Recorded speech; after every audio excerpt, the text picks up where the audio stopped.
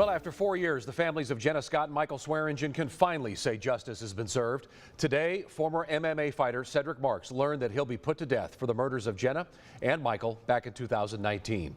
Jenna and Michael's families spoke publicly for the first time in several years. 6 News reporter Sydney DeShawn reports for us tonight. Today, we have victory.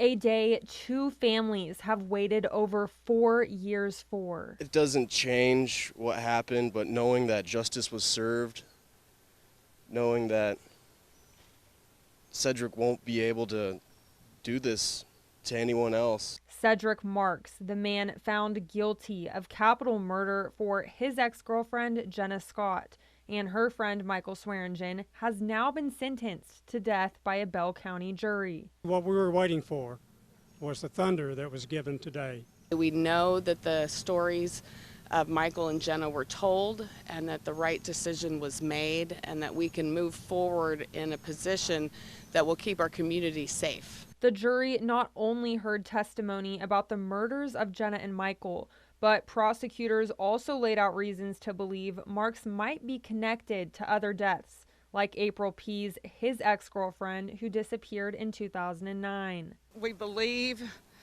that this had to happen to Michael and Jenna so that justice could be served, because he had already killed so many other people. With God's help, I've come to the point that I can forgive him as a person. I don't forgive the act of murder that he did and the pain that he inflicted on my baby.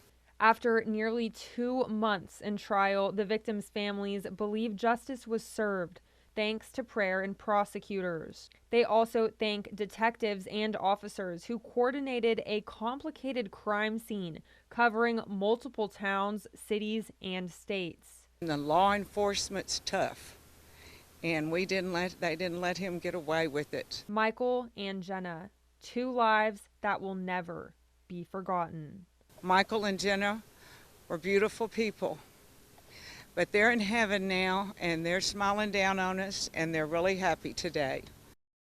That was Sydney DeShawn reporting for us tonight. The victims' families have created a nonprofit foundation called Priceless Beginnings in honor of Scott and Swearingin.